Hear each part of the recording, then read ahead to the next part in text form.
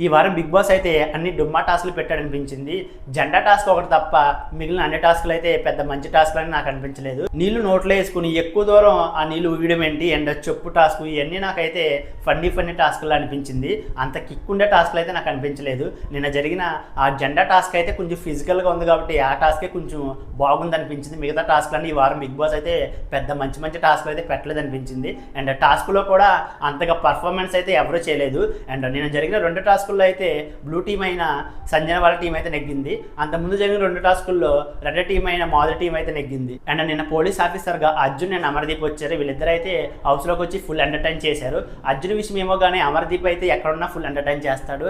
అలాగే నేను హౌస్లో కూడా ఎంటర్టైన్ చేశాడు.